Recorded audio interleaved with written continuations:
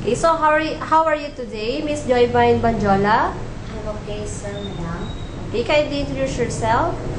I'm Joyvine Bandiola, 35 years old, married, and a blessed 4 children and a college level. I work in the Philippines 2 years and 1 couple and 1 elderly.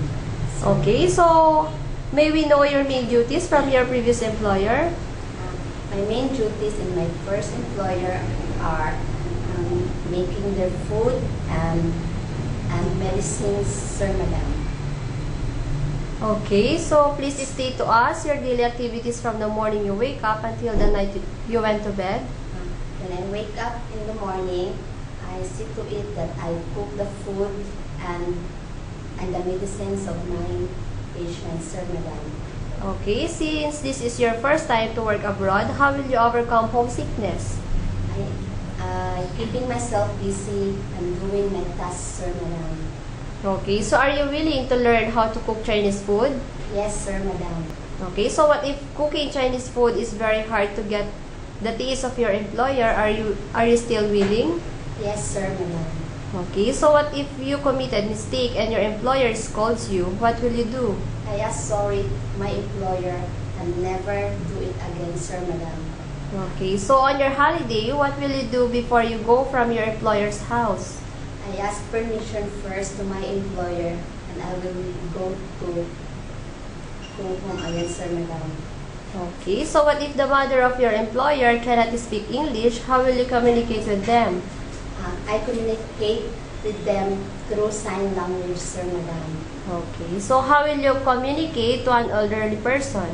I communicate to the elderly person through respect and long patience, sir, madam. Okay, so what is the most important thing in taking care of the children? In taking care of children, I make sure that I give food and proper safety for them, sir, madam. Okay, so what if the employer's child is very naughty in the house? Will you beat him? No, sir, madam. Okay, how will you maintain a safe environment for the children? I will clean every day, sir, madam. Okay, so can you offer a tutorial for the children? Yes, sir, madam. I will teach them basic mathematics, basic alphabet and drawing, sir, madam. Okay, so can you sing a nursery rhymes for the children? Yes, sir, madam. Okay, so can you give an example?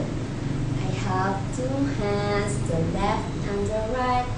Hold them up high, so clean and bright. Clap them softly, 1, 2, 3. Clean that hands are good to see. Okay, thank you very much. That is so nice. So, what is the most important thing? Important to take care of the baby? The important thing to take care of the baby is to give them, to feed them and to check the diaper, sir, madam. Okay. So, how will you arrange your duties if only you and the baby left in the house? If I will take care of the baby first, and then after the baby is sleeping, I will do my tasks, sir, madam. Okay, so so can you demonstrate to us how to feed the baby? Yes, sir, madam. First, sterilize the bottle 2 to 3 minutes. Then, after, put lukewarm water inside the bottle and the milk. Then, close tightly the bottle. Then, slowly roll the bottle to mix the milk. Then, to avoid bubble. Then, after that,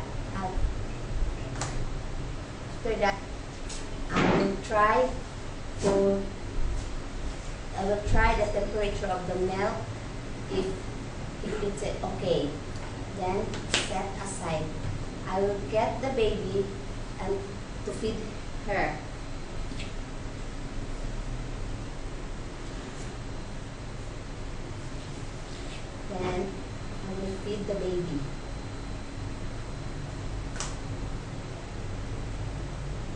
after the baby is full, I will see to it that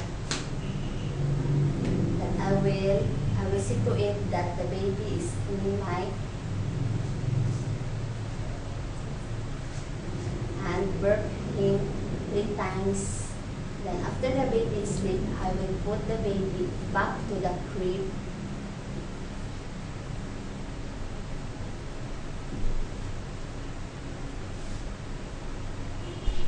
Okay, thank you very much. So, how many minutes you are going to sterilize the filling bottle of the baby? Less than 5 minutes, sir, madam. Okay, so what will you do if the baby cries at night? I will check if the baby is high in temperature, or check the diaper, sir, madam. Okay, so are you willing to have insufficient sleep in attending for the baby's need at night? Yes, sir, madam. Okay, especially if the baby is not feeling well or he has a fever? Yes, sir, madam. Okay, so how will you know if the baby has a fever? I check the body temperature of the baby, sir, madam. Okay, so what if you found out that the baby has a fever and your employer is not at home? What will you do? I called my employer and tell him that the baby is out, if the baby have a fever, sir, madam. Okay, so do you have any last message to your future employer? Please hire me. I'm honest, hardworking, and responsible. I will finish my contract, sir, madam. Okay, so thank you very much, Miss Bandiola, and hope to see you soon in abroad. Before we end, kindly show your best smile.